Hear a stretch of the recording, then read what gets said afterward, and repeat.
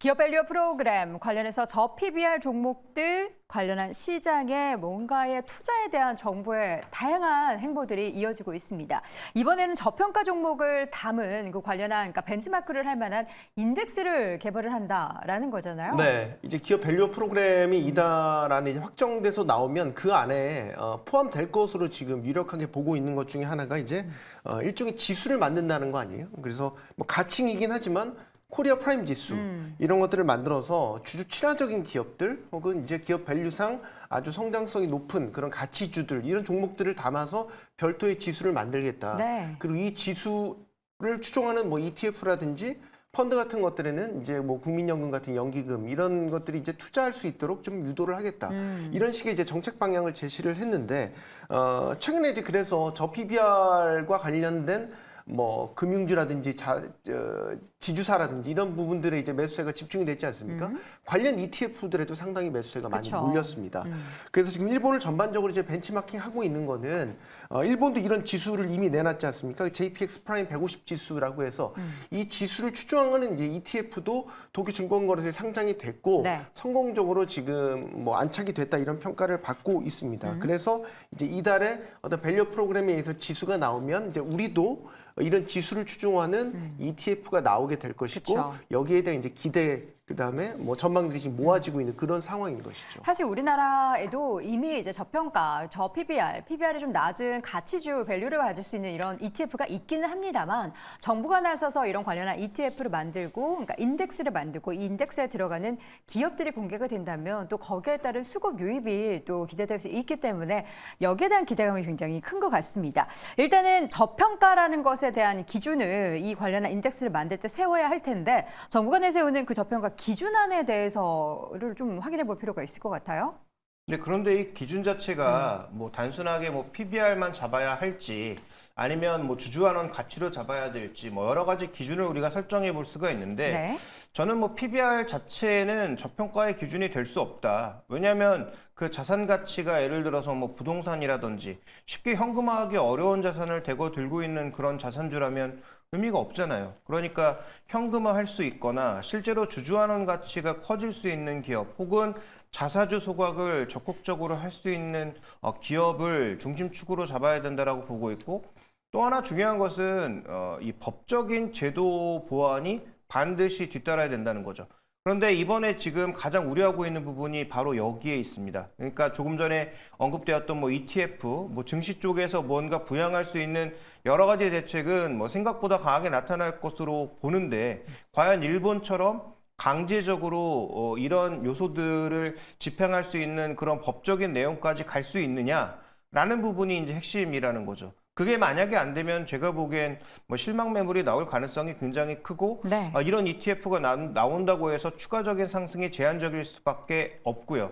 반대로 정부가 법적인 부분까지 뭐 여야 합의를 통해서 조금 이루어낸다면 저는 이게 올해 한 해 그냥 단기 테마가 아니라 일종의 트렌드가 될 가능성이 높아진다는 것이죠. 그러면 아마 연중 내내 이들 종목이 계속 뭐 지난주 올랐던 것처럼 폭발적으로 오를 리는 없겠지만 한 해 내내 중요한 어떤 트렌드로 자리매김할 가능성이 있어서 제가 가장 주목하고 있는 것은 상법이라든지 뭐 관련법들에 대한 전반적인 개정이 이어지는지가 핵심이다. 그래서 그 부분이 이루어진다면 오늘 지금 주제로 다루고 있는 ETF 같은 것들도 추가적으로 시장에 강력한 영향력을 발휘할 수 있고 최소한 빠질 때 저가 매수를 계속 노릴 수 있는 그런 기회가 만들어진다라는 측면에서 저는 그 부분을 가장 주목하고 있습니다. 네.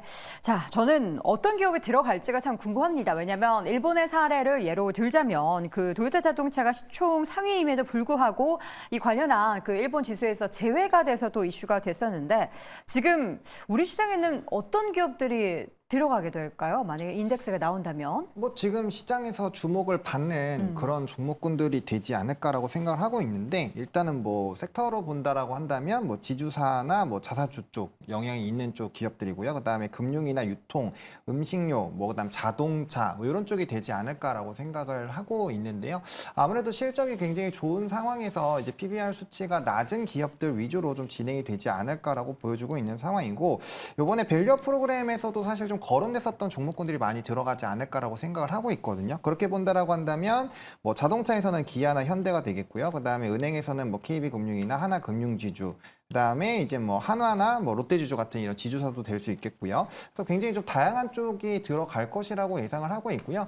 결국엔 시장에서 좀 주목하는 기업들이 많이 들어가면 들어갈수록 기대감이 좀 높아지지 않을까라는 관점으로 일단은 저는 개인적으로 생각을 하고 있는 상황이고요. 네. 근데 결과적으로 옥석 가리기가 진행이 될 거라고 생각을 하고 있고 ROE가 결국 높은 기업 그리고 주주 환원 정책을 기존부터 좀 진행하고 있었던 기업을 그냥 선별하시는 게 저는 가장 좀 옳은 선택이지 않을까라고 보고 있거든요. 그래서 이런 뭐 여러 가지 지표들도 당연히 중요하겠지만 과거부터 주주 환원 정책을 좀 강하게 했었던 그런 기업들 위주로 좀 포트를 설정을 한다라고 한다면 네. 충분히 긍정적으로 볼 수 있다라고 보고 있고요. 저도 해당 이슈로 단기적으로 급등 나오는 구간은 저는 좀 끝났다라고 생각을 하고 있기 때문에 한 2년 정도 이상의 좀 흐름을 좀 굵직하게 끌고 갈 수 있는 그런 환원 정책을 가지고 있는 기업들 위주로 네. 관심을 가져보시는 게 좋지 않을까라고 개인적으로 생각하고 있습니다. 알겠습니다.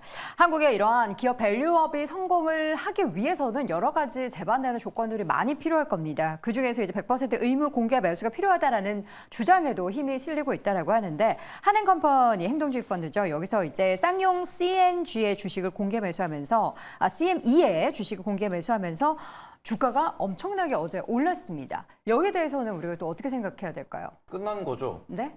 네. 왜냐면은 뭐 대주주가 7,000원에 산다 그랬고 그 부분에 네. 있어서 지금도 6,530원입니다. 어제 오늘 차트를 보시면 완전 바코드예요. 그렇기 때문에 이걸 어찌 보면 뭐 수수료 빼고 딱 그 가격에 지금 멈췄다라고 보실 수 있는 거고 쌍용 CNE를 먼저 말씀을 드리면은 일단 쌍용 CNE는 사상 최고가가 9,081원입니다. 그리고는 지금 공개 매수를 7,000원에 한다 그래 7,000원에 한다고 발표를 했는데 네. 만약 내가 최고가에 물린 상태에서 아무런 액션도 취하지 않았고 그럼 그 상태에서 지금 이렇게 7,000원 공개 매수가 떴다 그러면은 그 사람은 주당 2,000원씩 손해를 보고는 팔아야 되는 거겠죠. 물론 그동안 뭐 배당을 받았기 때문에 큰 문제는 없겠으나 네. 뭐 이런 부분에서 우리나라 같은 경우에는 이게 말 그대로 대주주의 의결, 대주주의 뭔가 액션에 대해서 소액주주가 견제할 수 있는 수단이 없습니다. 네. 이런 부분도 조금은 뭐 우리가 뭐 앞에서도 말씀을 해주셨지만 상법을 개정을 한다든지 아니면은 여러 가지 제도를 통해 가지고 이야기가 나오는 거고 지금 100% 의무 공개 매수라고 하는 것은 이것은 지금 쌍용 CN에 해당되는 내용이라기보다는 우리가 뭔가 M&A가 있을 때 발생하는 일이라고 보실 수 있습니다. 최근에 SK그룹에서 ISC라고 하는 반도체 테스트 소켓 기업을 이제 M&A를 했어요. 근데 그 부분에 있어가지고 그래서 지금 ISC라는 기업이 여전히 거래가 되고 있죠. 이 부분에 있어가지고 미국 같은 경우 혹은 다른 나라 같은 경우는 어떻게 되냐 그러면은 아예 그냥 이 기업을 인수한다라고 했을 때 그 기업 ISC라고 하는 이제 피흡수합병되는 피인수되는 그 기업의 모든 주주의 주식을 그냥 얼마에 사겠다라고 공시를 합니다. 네. 그런 그 부분에 있어가지고 지금 최근에 보시면은 뭐 어제 같은 경우에도 노보노에서 22조를 들여서 CDMO 기업을 인수를 했다더라. 아니면은 화이자 같은 경우에도 시젠이라고 하는 그런 기업을 인수를 했다더라 하면서 금액이 나옵니다. 그 금액이 그 기업의 시가총액이라고 보시면 되거든요. 근데 우리나라는 대주주의 지분만 경영권 프리미엄이라 그러고 비싸게 사주고 소액주주는 무시를 하죠. 그리고는 경영권만 사가서 상장을 유지시킵니다.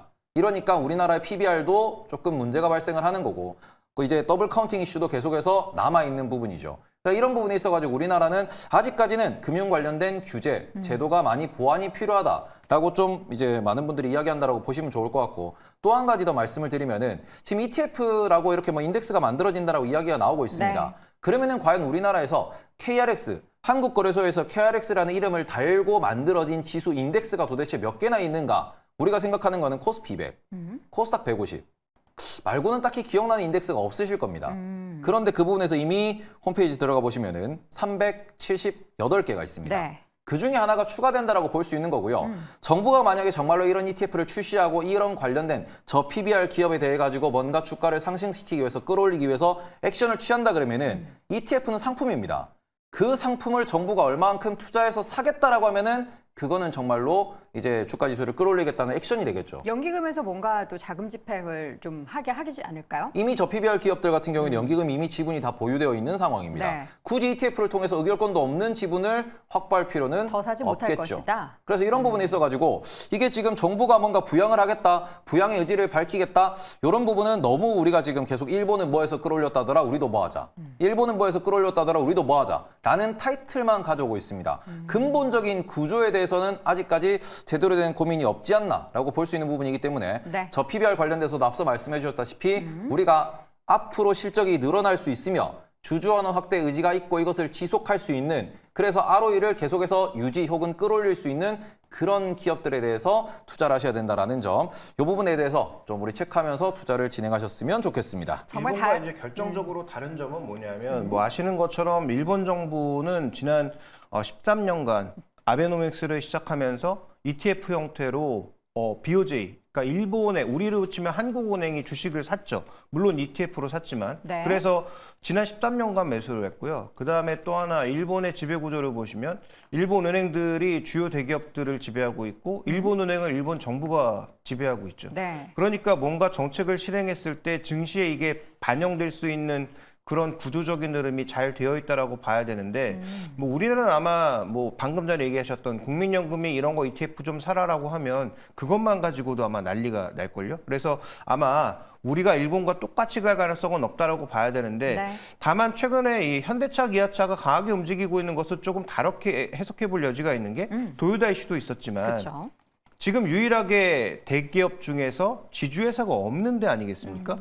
그러니까 이런 지배구조의 클리너를 위해서 뭔가 지주회사를 만들거나 새롭게 구조조정을 할 수 있는 그런 기업들을 적극적으로 이런 지수 안으로 넣어서 이것을 살 수밖에 없게 만드는 그런 요소들을 만약에 정부가 제공할 경우엔 달라진다. 네. 그러니까 말씀드렸던 대로 상법이라든지 뭐 증권거래법이라든지 이런 법의 개정이 중요하고, 그래서 그 어느 때보다 여야 합의가 굉장히 중요한 상황이다. 이렇게 볼 수가 있는 거죠. 네. 자, 이 다양한 이야기들이 나올 겁니다. 사실 우리 테이블 고수가 이야기했던 것처럼 제한점은 있고, 우리가 뭐 일본이 이렇게 했다고 해서 무조건 따라갈 것도 아닌데, 그래서 우리가 지금 안방에서 TV를 보고 계신 분들, 지금 매수 버튼을 누를까 말까 고민하고 계신 분들에게 가장 유용한 얘기는, 그래서 저 PBR 종목 뭘 골라야 하느냐, 이런 다양한 얘기들이 나오고 있는데, 뭔가 사긴 사야 될 것 같은데 네. 뭘 사야 할까를 그 기준을 정했을 때는 지금 뭐 가장 이야기 많이 나오고 있는 뭐 주식을 매수할 수 있는 그런 여력이 있는 기업들을 골라야 하는 게 1순위인지, 어떤 기준을 1순위로 두고 보십니까?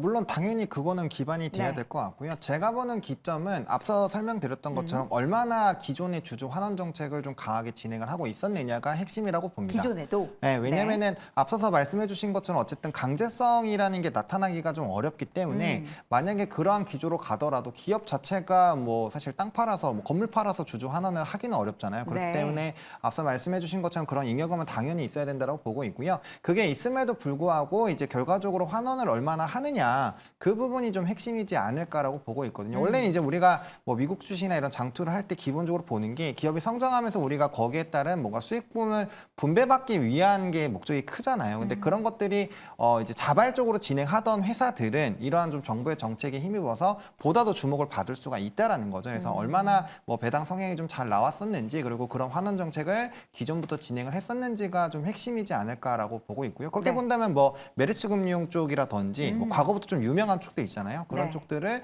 좀 보시는 게 좀 맞지 않을까라고 생각하고 있습니다. 알겠습니다. 기업으로서는 삼성물산 보고 있고요. 그다음에 여러 번 언급드렸지만 KCC 같은 기업은 지금 시총만큼 유가증권 들고 있거든요. 그러니까 저는 이번에 정부가 강제해야 되는 건 이거 들고 뭐 할 거냐는 거죠. 네가 경영권을 행사할 거. 예를 들어서 뭐 삼성물산에 지분을 들고 있습니다. 그러면 그 지분 가지고 도대체 뭐 할 거냐. 뭐 할까요? 그걸 도대체 왜 들고 있느냐를 물어야 된다는 거죠.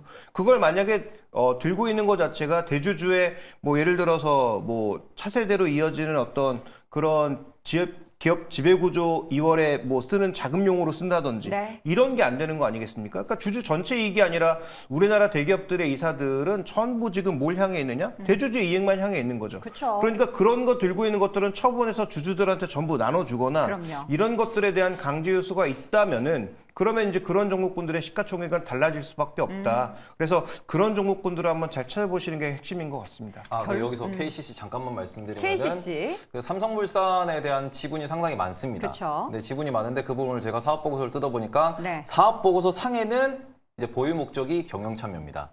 경영 참여라고 나와 있다고요? 실질적으로 경영 참여를 합니까? 안 하죠. 네. 그 옛날에 아마 그 백기사 참여 그것 때문에 아, 아마 백기사. 그런 요인이 있었던 것 같습니다. 결론은 뭐 나아지자는 겁니다. 그 나아지자라는 목적 중에 가장 중요한 건 지금까지는 대주주, 그러니까 그 재벌 총수, 재벌 가족들을 위해서 이런 주식들이 움직였다면 앞으로는 주주를 위해서, 그러니까 그 주주가 대주주뿐만 아니라 우리 소액주주, 투자자분들을 위해서 좀 선순환이 되기 위한 여러 가지 과정일 텐데 이게 정말 생각처럼 쉽지는 않겠지만 우리가 생각처럼 이뤄나가기를 차근차근히 하나씩 좀 풀어내가기를 기대해 봅니다. 다시 한번 내분의 의견 한 줄 평으로 정리해 보겠습니다. 김종효 고수, 저 PBR이 아닌 주주 환원 확대가 필요하다. 손석호 고수는 ETF 성패는 지속성이다. 장기 투자 당근택이 나와야 한다. 하창원 고수는 ETF 나오는 시점은 과열권일 때가 많다. 테이블 고수, 정부가 ETF에 충분한 자금을 넣을 수 있을까라고 의견을 남겼습니다. 네, 오늘 장 탑5 이어서 2위 주제 확인해 보시죠.